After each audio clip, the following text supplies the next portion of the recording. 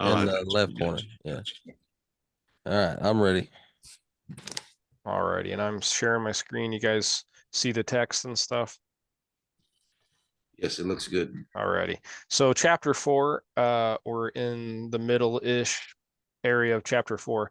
And the Alter Rebbe's talking about the analogy of the sun, sunlight, and a sheath, the sheath or the shield of there we go. Now, just as the covering shields the sun, protecting creatures from the intensity of its rays, so that benefit may be derived from it, so does the name Elohim shield the name Havaya, blessed be he, enabling the created universe to absorb the divine illumination that emanates from it. Our opening verse for a sun and a shield is Havaya Elohim. Thus means that the name Havaya illumines like the sun, while the name Elohim screens its illumination, like the sheath of the sun, enabling its light to be received. So it kind of sounds like Noga, but I don't know. The meaning of the name Havaya is that which brings everything into existence ex nihilo. Ma'ain layesh. Ein mayesh. Yesh ma'ain, something from nothing. The Rebbe notes this refers to the last three letters, He, Vav, and He of this name, which form the word Hove, the root of the verb which means to bring into being. The letter Yud prefixed to the stem Hove modifies the verb, indicating that the action is present and continuous. Very cool. And of course, if you put the Yud here, right, then that's a name of, that's literally Hashem. As Rashi comments on the verse, in this manner was Yov accustomed to do Ya'aseh all the days. So Ya'aseh, I believe that means work. Aseh. Just as here, the prefix of the letter Yud indicates an ongoing process. So too does the initial Yud of the name Havaya indicate that God creates everything ex nihilo, yesh ma'ain, continuously. So Hashem's name is a verb. Hashem is literally a verb. And it's a present tense verb, is what they're saying, I believe. And Hashem is constantly creating this very minute. This action is the life force which flows at every single instant into all things created from that which proceeds from the mouth of God and his breath and brings them into existence ex nihilo, yesh ma'ain, at every moment. So this is a different concept than the Greco-Roman culture, even today, where Hashem, like God is over there. He's done creating, heaven forbid, and he's over there, and we are over here. This is a different concept than that. That would be called, the technical term usually is a deism, I believe, but this is not deism. Hashem is constantly creating right now. For the fact that they were created during the 6 days of creation is not sufficient for their continued existence, as explained above. They must continuously be recreated. And the reason why is because if Hashem stopped creating them, if he stopped speaking, so to speak, everything returns back to its source. It's before it's the world will return to before the 10 utterances. It is the sun, Havaya, who's he's saying in quotes here, metaphorically, it's the sun Havaya whose illumination continuously brings creation into being. However, were this illumination to be revealed within created beings, They would be aware of their complete nullification within their source, and we would not see before us created beings. For as explained earlier, when the activating force is perceived, the created being is non-existent. This is why the shield of Elohim is necessary in order to conceal from created beings the divine illumination of Havaya that is within them and that is responsible for their existence. Only then can they perceive themselves as existing independently of their life force. And this perception in turn makes it possible for created beings to consider and feel themselves to be tangibly existing, as shall be explained. So, sun metaphorical to Havaya, shield metaphorical to Elohim. In the enumeration of the praises of the Holy One, blessed be he, it is written. Oh, it's written in the Amida. Very cool. I think we talked about that last week or so. The Amida, which is the standing prayer. It is written, and this is the Chabad Siddur Tehillat Hashem is the Chabad Siddur. I'd recommend people read from that if they don't know, if they want the Siddur to follow. It is written, Hagadol, the great, Hagibur, the mighty, and so on. Hagadol refers to the attribute of chesed, kindness, and to the spreading forth of the life force into all the worlds and creating things without end or limit. So Hagadol Chesed, interesting. Something tells me Hagibor is going to be from Gavura. We'll see. So that they shall be created ex nihilo and exist through gratuitous kindness. Gratuitous kindness. For God maintains all creatures, whether they are worthy of his kindness or not. I would like to look at the Hebrew here. Okay. Okay. The attribute of chesed is called Gedulah, greatness, for it derives from the greatness of the Holy One, blessed be he, from himself in all his glory. For God is great, and his greatness is unsearchable. Ein Heker. Interesting. Inasmuch as it is infinite. So this is Hashem's infinitude, his chesed, that this life force comes from. And therefore, he also causes life force and existence ex nihilo to issue forth for an unlimited number of worlds and creatures. For it is the nature of the benevolent to do good. God's benevolence thus dictates that there be an infinite number of worlds and creatures that will benefit from his beneficence. Now, this attribute of Hagadol, the attribute of Chesed, that spreads forth his life force. Okay, so I goofed up. I want to be accurate here. His life force spreads from Chesed. It is not, okay, into all the worlds so as to create them ex nihilo, is exclusively the praise of the Holy One, blessed be he. For no created thing can create a being out of nothing and give it life. We as created beings, we make things or create things yesh me yesh, something from something.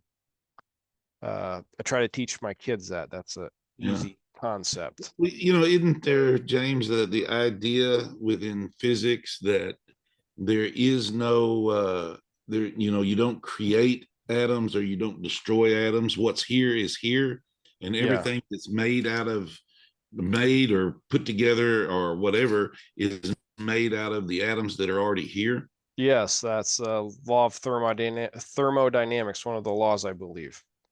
Okay. Yeah, that's very good. Very good point. Matter cannot be made. Matter is not made. It can only be transferred. So one of the ideas on that is it's kind of like you know, how old are you, Jane? You know, and you know, are you 40 years old? Well, but the matter that made you is 4 billion years old. Yeah, it's So however, how, you know, so whenever it's shown. Yeah, so how old really? So when it says, you know, that you are just a creation within creation, right. uh, because you're made out of the same matter that's here, that's 40 billion years old or whatever it is, and I mean, and then but you're only 40 years old, and I think there's something in the Zohar that alludes to that idea of being the world being 4 billion years old, something like that. Oh, And so, interesting. how can you be 4 billion years old and 40 years old Right. at the same time? And to top it off and to add another element, another dimension, time is relative based on like acceleration and stuff like this. So yeah, it's like you could be maybe a lot of different years old at the same time. No, I am right now. I can do Yeah, that in one day. yeah, there we go. Yeah, it's very interesting. I came into Hasidus like 20 some years ago after I was studying a lot of physics. So this really was right up my alley when it came to the things that I was studying at the time. Really, it made a lot of sense. If you study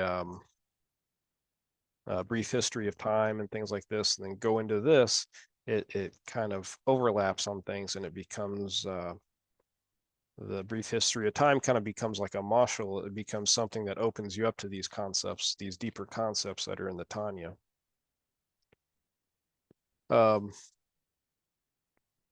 Let's see here. Very good. Creation out of nothing, creatio ex nihilo, is utterly beyond the realm of created beings. In the words of the Midrash, a Midrash is the classical collection of the sages' homiletic teachings on the Torah, on the non-literal level of Drush, and any one such teaching. So it's a Midrash. Even if all mankind were to gather together, they would not be able to create even the wing of a gnat and animate it. So that's a midrash, but that's also, I would say, pretty literal. Okay. Interesting.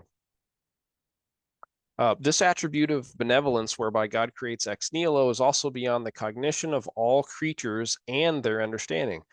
So this extreme benevolence is also beyond our ability to comprehend. We cannot comprehend this deepness. I want to go back to and look at nothing and give it life. Yes, you so. Very interesting here. I talk about this quite a bit, not in this class, but there's a mitzvah so a commandment to give life to a ben noach that gives tzedakah. So a ben noach, and this is from Hilchot Malachim 10:10, a ben noach that gives tzedakah, Yisrael receives it and it can accept it, or excuse me, can keep it.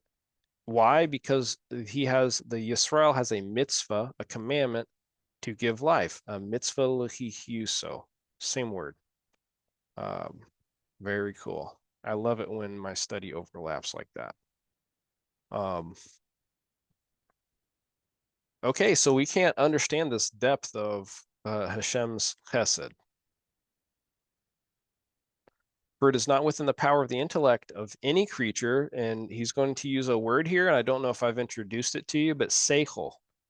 Seichel. I actually want to copy that, and we're going to put it in here as a note. Very important in Hasidus, but the Seichel is the intellect, the mind. For it is not within the power of the intellect, the Seichel, of any creature to comprehend through the faculty of Chokhmah. Chokhmah literally means wisdom or conceptual knowledge. In Kabbalistic Hasidus terminology, it refers to the first of the 10 Sephirot, or divine emanations, and the first of the intellectual powers of the soul. I don't know which soul he's the Nefesh Elokis. Well, it probably is going to be the Nefesh You think Behemoth. so? Being at the level of Hokmah, wouldn't it? Isn't wouldn't that be I think this higher, more than the Shama? well, the intellect, every creature, every animal creature has a Nefesh Behemoth and has an intellect.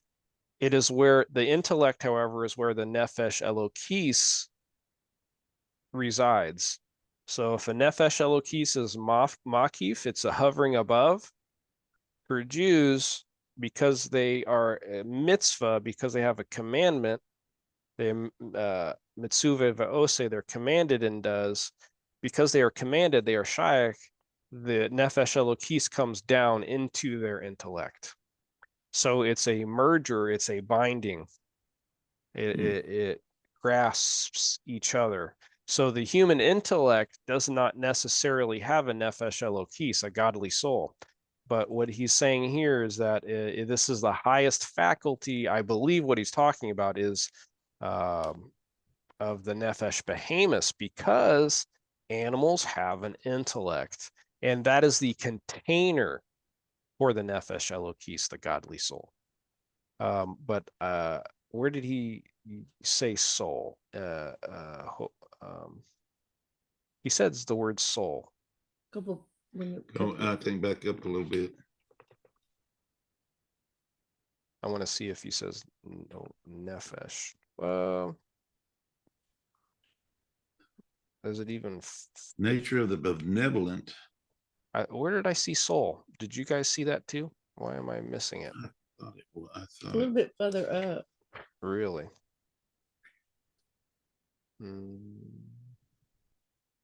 I thought it said it was the highest level of a soul or something like that, which is not. Was it back up there where it was talking with Ketcher? No, it wouldn't have been that high. That far. I thought I saw the word soul. Okay, well, I guess we'll just continue. Is it, you think it's either further up? I don't want to waste your guys' time here. Yeah, I'm not seeing it. I thought I saw the word soul. What am I thinking of? Okay, I'm sorry. I thought I was going to find something interesting there. Something else interesting. Yeah, right. Okay, for it is not within the power of the intellect, the seichel, of any creature to comprehend through the faculty of chokhmah, or understand through the faculty of bina, this attribute of its ability to create a being out of nothing and vivify it. So chokhmah is our wisdom and conceptual knowledge, and bina is comprehension.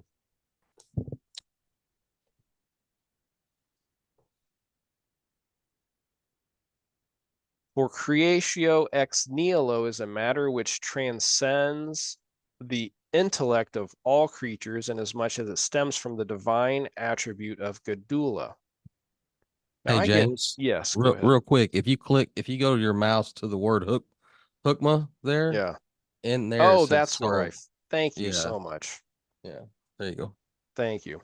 I always understand bina to mean like understanding, like you understand it. Chokhmah to me was always a wisdom. So in other words, you have to have understanding of something before you. The wisdom, when you merge Hokmah with Bina, wisdom and understanding, you create Da'at, knowledge. Knowledge. Okay. And that's where we get Chabad from.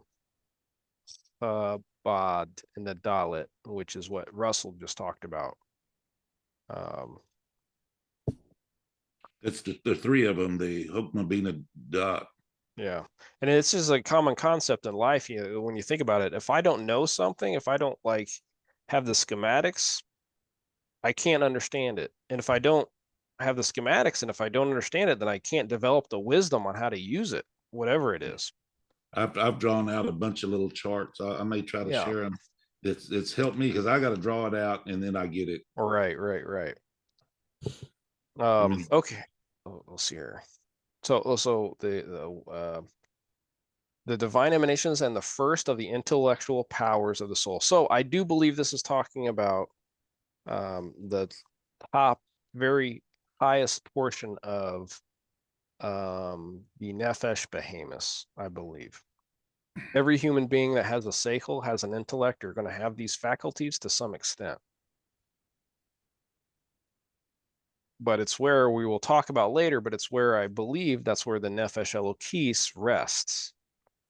And you have to actively bring it down through Torah study, which we'll figure out what the Alter Rebbe teaches about that. For creatio ex nihilo is a matter which transcends the intellect of all creatures, inasmuch as it stems from the divine attribute of Gedula.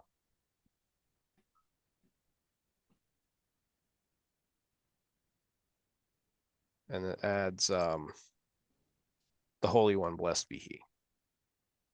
Now, the Holy One, blessed be he, and his attributes are a perfect unity. As the Holy Zohar states, he and his causations, i.e., his attributes, are one. Interesting. Causations. Now, that's the first time I've heard that.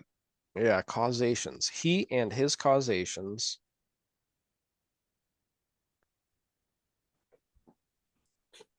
I mean, I like it. I like the idea. I just never thought of using that word in with his along with his attributes, but his causations. Right. You know, because he causes everything. There's nothing he doesn't cause. Right. Now he says, i.e., his attributes, but causation sounds something different than just his attributes. It sounds like his actions. Yeah, right. It sounds to me like he uses his attributes too. In other words, in this text, his chesed to cause, right? In Havaya, the name Havaya. Oh, well, we'll see, I guess. Maybe we'll get it explained here. See if we'll verify it. And just as it is impossible for the mind of any creature to comprehend its creator, so is it impossible for it to comprehend his attributes, for they are one within him. Until now, we have been speaking of the specific attribute of Gedula, Hesed. The Alter Rebbe will now say that just as this attribute, which is responsible for creation, is unfathomable, so too with regard to the attribute of Gevura, or contraction. The function of this attribute is to conceal from created beings the activating force within them, enabling them to exist as tangible entities instead of being utterly nullified within their source. In the Alter Rebbe's words, and just as it is impossible for the mind of any creature to comprehend this his attribute of Gedula, which is the ability to create a being out of nothing and give it life, as it is written, the word is built by the kindness, i.e., created through the attribute of kindness. Very cool. Olam Chesed Yiboneh.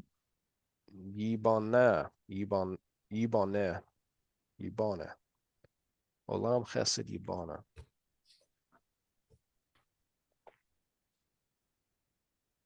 Very cool.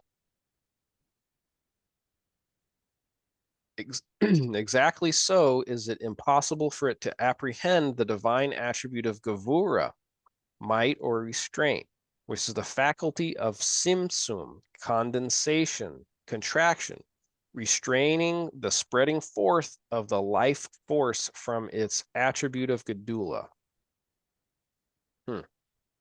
So it can't spill just infinitely at an infinite rate or whatever. It's restrained by Gevura, also called, this action is called Simsum. And let's see here. Yeah, and it's interesting how they use this word, which is a word I've never heard associated with any of this, is condensation. Yeah, condensation. Yeah. To where it's just a change from one thing to another, from a Water gas vapor. to a fluid, that type of deal. It's instead of more like constriction or contraction, to where it's like turning inside out, but this is, which is true, it changes from one thing into another thing, but by turning, inside out, so to speak, to where the backside is the front side and the front side is the backside type of deal now. Interesting. Yeah. Yeah, it's changing states. Yeah. Condensation. Very good. Preventing it from, okay, so Gevura, this action of Simsum, which is an attribute of Gedula. No, excuse me. Life force is an attribute of Gedula. This Gevura, preventing it from descending upon and manifesting itself to the creatures and providing them with life and existence in a revealed manner, but rather with the countenance, his countenance concealed. Behester Panim. Behester Panim. Very cool. So Esther, Hester, Panim. Very interesting. The book of Esther conceals Hashem. He's never mentioned. Mhm.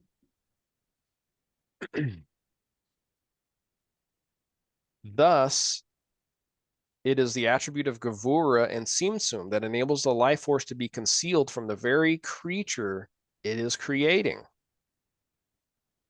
For the life force conceals itself in the body of the created being. Bagoof, the goof. We're going to put that as a word too. Put goof on there. Goof means body, or your physical body. The life force conceals itself in the goof, in the body of the created being, making it appear as if the goof of the created being had independent existence. You hear this word also as well. Bipnei atzmo, atzmo, his existence.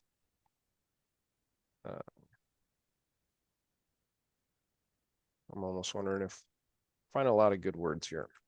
Mm-hmm. But this is how I learned Hebrew, just by one word at a time and just hearing it repeated over and over. That's a lot of times where I mispronounce words, or I pronounce things maybe in a Yemenite or a Sephardic pronunciation rather than maybe an Ashkenazi. Sometimes the words I hear are Ashkenazi pronunciations, so that's I Yeah, you don't mess nothing up till you start pronouncing it in Texan.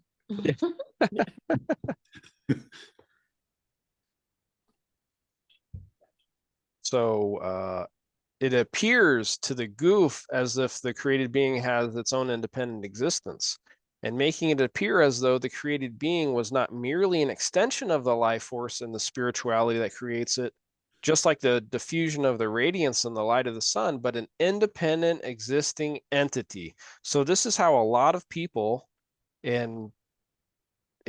they see creation. You're born, you see this, see light all around you. You feel like you're completely independent from your creator. Although in reality, the created being has no independent existence and is only like the diffusion of the light from the sun. Mehashemat, Mahashemesh. Very sounds a lot like Shamish. Interesting. Just as the sun's rays are merely a diffusion from the sun, so too all of creation is but a diffusion of God's activating force. Since, however, created beings are continuously found within their source, unlike the sun's rays, which do leave their source, their divine source should cause them to be completely nullified within it, just as the light of the sun is in a state of complete nullification when found within the sun. Nevertheless, this nullification, this nullification is not felt by created beings, even though they are but a diffusion of God's activating force. For this, the capacity for self-concealment is precisely the restraining power of the Holy One, blessed be He, who is omnipotent. God's omnipotence expresses itself not only in his ability to bring forth light and bestow life, but also in his ability to conceal the same light and life from the beings he creates. So, in other words, we talked about Hashem's creating life force through Hesed is infinite, and we can't comprehend that in infinitude. So too his attributes that come from Gevura, which is the concealment in this Tzimtzum action. That's also too hard for us to comprehend. And hence, let's see here.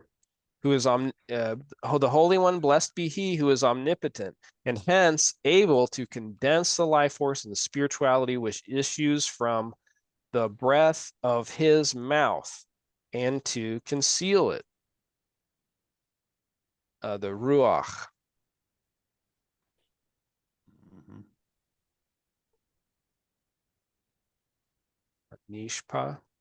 Hanishpa Meruach. Yeah, from his mouth. Mm-hmm.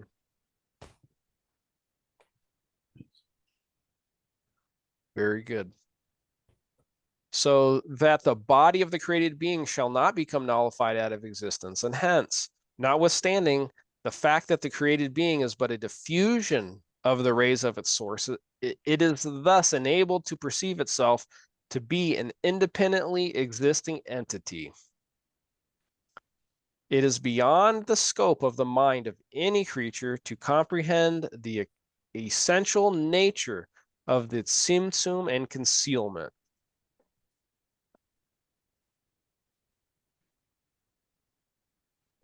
Interesting. And to comprehend that nothingness, the tzimtzum notwithstanding, the creature itself to be created ex nihilo. However, since creation is an act of revelation rather than concealment, creatio ex nihilo should surely consist of the revelation of the divine life force within the created being. How then do both these things manifest themselves at the same time? On one hand, the revelation of the divine life force, and on the other, the condensation and concealment of this life force so that created beings will be unaware of it and consider themselves to be independently existing entities and not utterly nullified within their source. Indeed, the paradox of Tzimtzum defies the comprehension of mere created beings. Just that is not within the capacity of the mind of any creature to comprehend the essential nature of the created being out of nothing.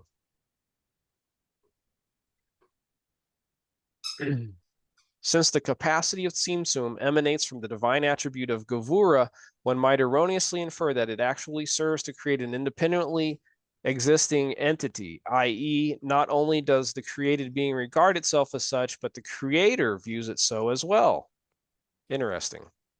So it's like saying, well, if Gevura is also infinitely powerful, then it can infinitely cut itself off from its source. Heaven forbid. But I think that's the idea there. That's what he's kind of getting at. The question or whatever. For inasmuch as God causes this concealment in his attribute of gavura, the ability to conceal is as real and as effective as his attribute of gedula, the life force. His ability to reveal may mistakenly liken creation to the sun's rays insofar as they exist beyond the confines of the sun globe. Forestalling this possible error, the Alter Rebbe now explains that God's power to reveal and his power to conceal are truly one and the same. For revelation and concealment are respectively light or in its vessels, kalim, which are fused in complete and total unity.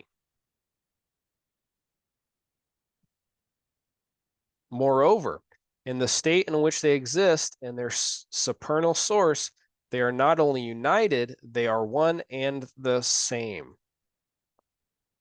Interesting. Now, it is axiomatic that no entity can conceal itself from itself. So kind of like a flame, it doesn't have its own, it's not going to see its shadow.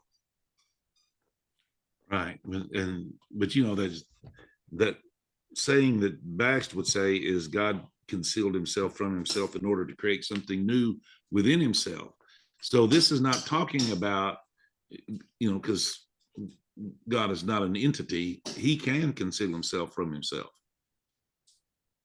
Interesting. An illustration of this concept is found in the Shulchan Aruch, Orach Chaim, where it is stated that covering one's head with one's hand does not serve as a valid head covering because head and hand are part of the self-same individual.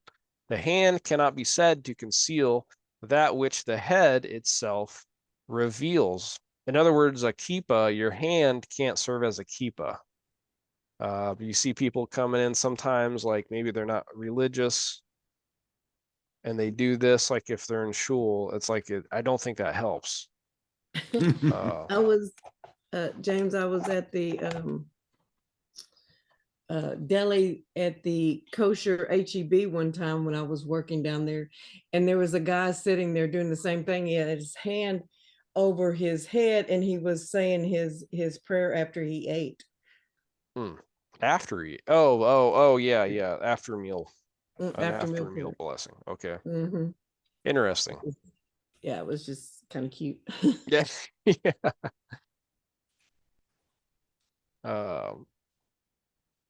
The same is true here too. Since the power to reveal and the power to conceal are essentially one and the same power, which is a manifestation of God's limitless ability, it is impossible for Tzimtzum to bring about a real concealment that will be so regarded when viewed from the divine perspective. So from Hashem's perspective, there's no Tzimtzum. Not in a reality, in a real sense. Tzimtzum only enables created beings to perceive themselves as independently existing entities. God does not view them this way at all. So it's a matter of perspectives.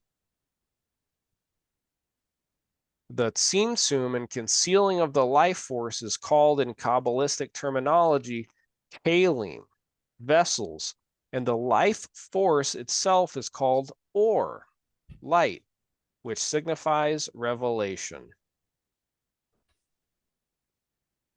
Oh, what does this say? The Sephirot are comprised of both lights and vessels, which are respectively the infinite and the finite aspects of the Sephirot. The function of the lights is to reveal. The functions of the vessels is to conceal, i.e. to allow light to be revealed in proportion to the capacity of the finite beings. So this is an interesting concept, because why would Hashem do all this? Because I think what he's going to get at is that we have to have something that we can grasp. And so Hashem gives us things in a proportion to what we can grasp, and he gives them, he uses these vessels, these constrictions, these condensations in order for us to consume it, because otherwise it would just be too much for us, even in a higher condensed manner. Mhm. Like a baby doesn't eat, can only eat certain foods. I think that's what he's going to get at, but we'll see. It's interesting to look at this, what this book brings out, from other Kabbalistic teachings and perspectives. They're saying the same thing, but I really like some of the way this writing makes you think about it a little different and gives you a better perspective of it now, because you're able to look at it in a different way. And it's these little things that you learn like this that help advance your thought, I believe. Right, I agree. It kind of reminds me of in Kabbalistic, a lot of Kabbalistic writings. You can have all these parts everywhere, and they're really cool parts. But sometimes you just want to get the parts together to create a tool so you can do something with it.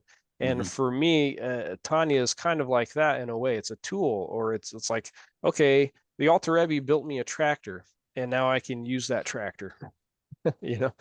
That's kind of the way I see it. It's got a practicality to it, and or maybe practicality is not the right word. Yeah, well, now you can plow the fertile fields of your mind. Yes, very good. There you go, Russell. So let's see here. Oh yeah, okay. So we got kalim and we got ore. We've got vessels and we have light. For just as a vessel covers that which is within it, so does the Tzimtzum cover and conceal the light and the life force that flows into created beings. And this Tzimtzum makes it impossible for them to perceive the godliness that is vested within them. The Kalim are merely the letters of the 10 divine utterances, or their substitutions and transpositions, etc., which are the life force of created beings. So I think what he's saying here is it's all the same thing. Even the light itself in its pure form, we have coming from the breath. It's all the breath, but it's being modulated by different parts of the speech, which is the letters, but that's created from that from the guttural up and out and through the teeth and the tongue and everything. But it's still from the breath of Hashem, right? I think that's what's going on here. And all these letters are rooted in the 5 letters Manatzepach, and I believe this is a big deal. And I forget where it's from, but let's see here. These 5 letters have 2 alternative forms, which one of which is used is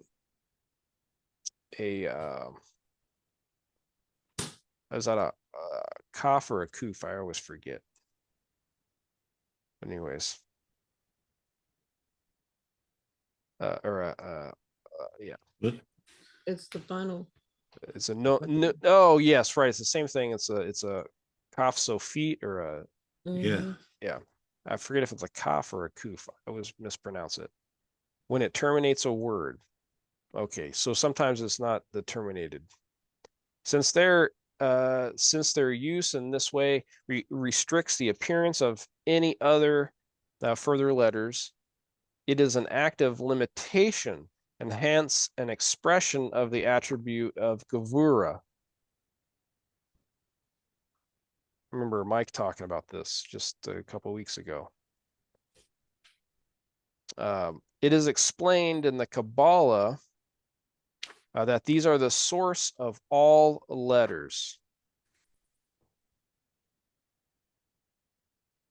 So he's saying that all the 5 letters are rooted in this. Final, that's the final, the Sophie, the final letters. Yeah.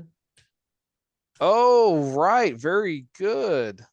I just recognized that. Right. They all have final forms.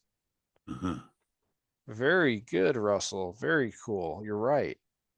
These all have final forms, the Sophite. Very cool.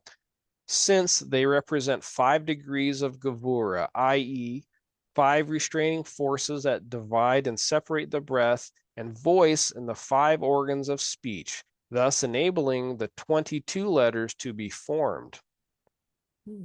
Very cool. So in other words, this is a final form. So Yes. this is a nun. So for those who are not sure or don't know, this is the final form of a nun. This is not the final form because it's in the middle of the word. So you can see how it draws down here and it doesn't cap itself off. Here it caps itself off. Each one of these letters has a final form similar to this nun, like right here or here. Very interesting, very cool.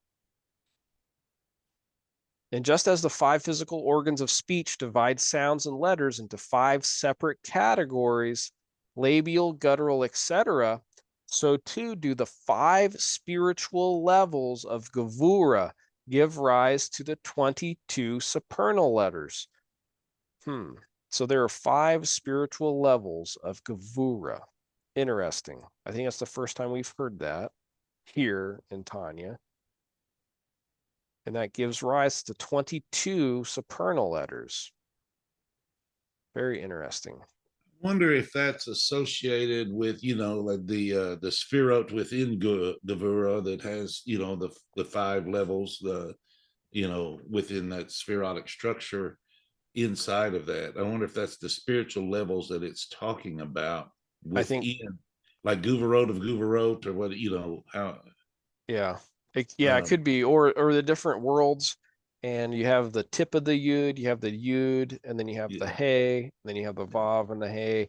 And they usually talk about 4 worlds, but maybe it's talking about that 5th one. I'm not sure. Yeah, Autumn Codmon. And then, but it also has, I mean, you could do the 5, and the spiritual aspect may be the 5 levels of the soul, which is associated with those worlds. Oh, I think we're getting ready to talk about it. Okay. We'll see here. Very, very good. You tell me on this next part, Russ, if this is it. The source of the 5 levels of Gevura is termed in the Kabbalah Butsina de Cardunita. Never heard that before. I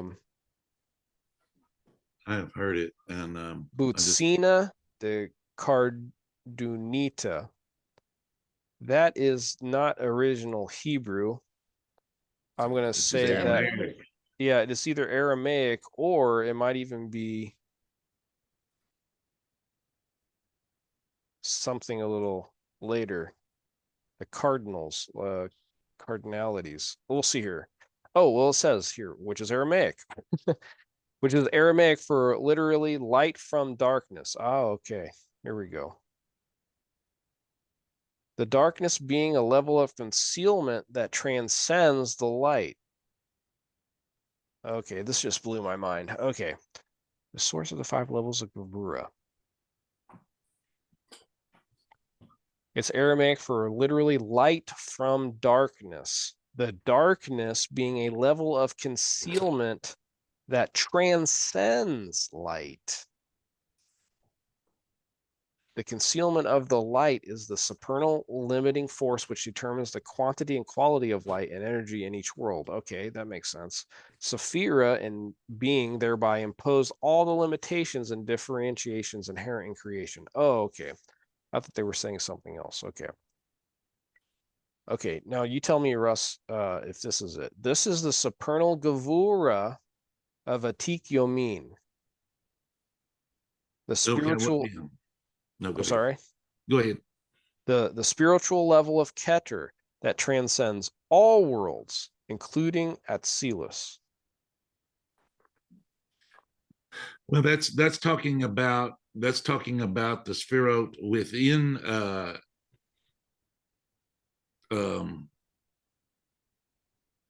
Malchut of Keter. The Guvarot of Malchut of Keter would be the Guvara of Atik Yomin. Okay, hold on. Uh, of the Malhut of Keter. Yeah. So the Guvarot Oh, of Malhut of the Keter. okay. Yeah. And correspondingly, the source of the various levels of divine kindness is the Chesed of Atik Yomin, as is known to the students of Kabbalah. Since the Tzimtzum and the letters on one hand, and the revelation of the divine light and life force on the other hand, both emanate from the level of Atik Yomin. So they're basically the same at that, coming from the same thing at that point, it seems like. It follows that the Tzimtzum does not affect an objective concealment as viewed from their common source above, for as previously explained, no entity can conceal itself from itself. Thus, okay. Tzimtzum affects and is only felt by created beings, which because of this concealment are unable to perceive the divine life force that continuously creates them.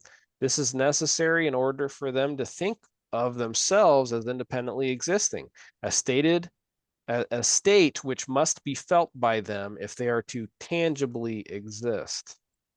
Okay. So let me correct something here because I kind of misspoke. Okay. So Atik Yomin is the Keter of Keter, okay, and Atik Anpin is the Malhut. So so when we're talking about the Guvarot of Atik Yomin, that would be the Guvarot of Keter, with inside of the top, the head spherot of that. So let me put it like this: Keter of Keter, the Guvarot within Keter of Keter. So what it is, Okay. what it is we're talking about something that is astronomically high. Sounds like it. And so it's I think footnote 13 is good too. Oh, let's look this up.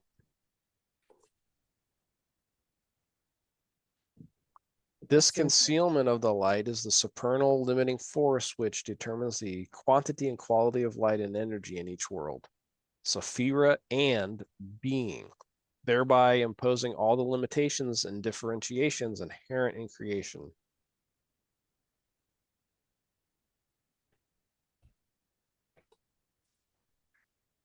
Darkness, the levels of concealment. Yeah, I think I'm still kind of back on that light, the idea of that light, light emanating from darkness or light from darkness. okay. And because I think that's just is something that we may not be having our minds wrapped completely around to what it's the level of concealment that transcends light. So what is that, the hidden sparks within the Klippa? I don't know. I was, if you noticed, I was kind of questioning that as well.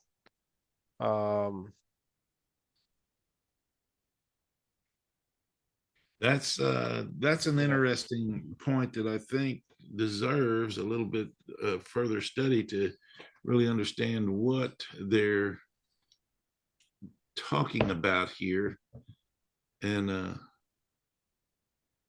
in other words, there's a or and then there's the or makif. Maybe that's what they're talking about. well, there's a straight light and a curved light. Maybe there's a Yeah. I don't know. It's I just no, I don't know. It's worth, like I said, I think it's worth investigating that a little bit. Maybe we can work on it some and come back with some information. Yeah, I'll put this down as a question.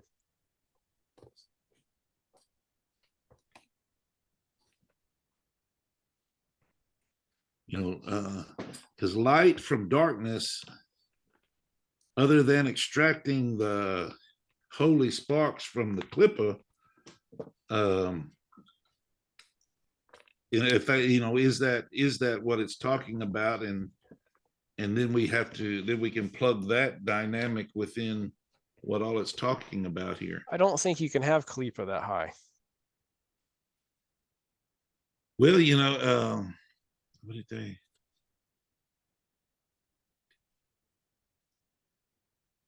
I've heard it taught that Moses was from the Because we're talking about even from the front Sealis. side of a Yomim, Anpin, and Pharaoh was from the back side of it. So Pharaoh and Moses were at that high of a level. So we're not Moses or Pharaoh, but I'm saying, whatever their wisdom or was coming from, they're talking about coming from this high of a level. But everything emanates light. Light always emanates downward.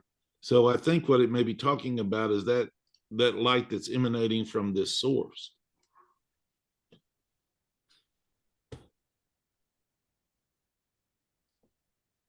But these are the thing is transcending at Sealis, which is Ketzer.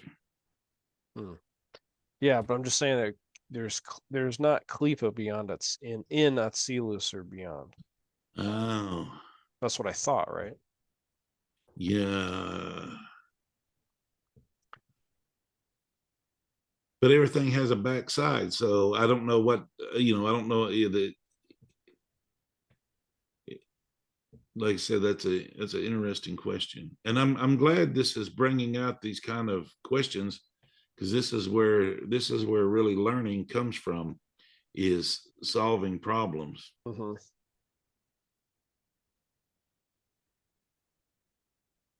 Well, does anybody else have anything?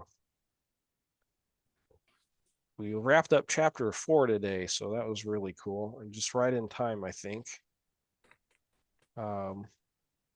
It's going. He's going over these points again. It seems like he goes over them and then he gives us something new. He goes over them and then he gives us something new, and then he goes over those new points, and he keeps on like progressing and progressing with these new points. So it's very interesting. All righty. Well, I'm going to stop recording here. And thank you everyone for attending. Thank God. And look forward to seeing you all next week. Yep. Yeah, very good, James. Excellent. Thank you, Thank you James. so much. I'm glad everybody could Great attend. class. Thank you. Right. Thanks. Yep. Thank Gave you. me a lot to think about. Good.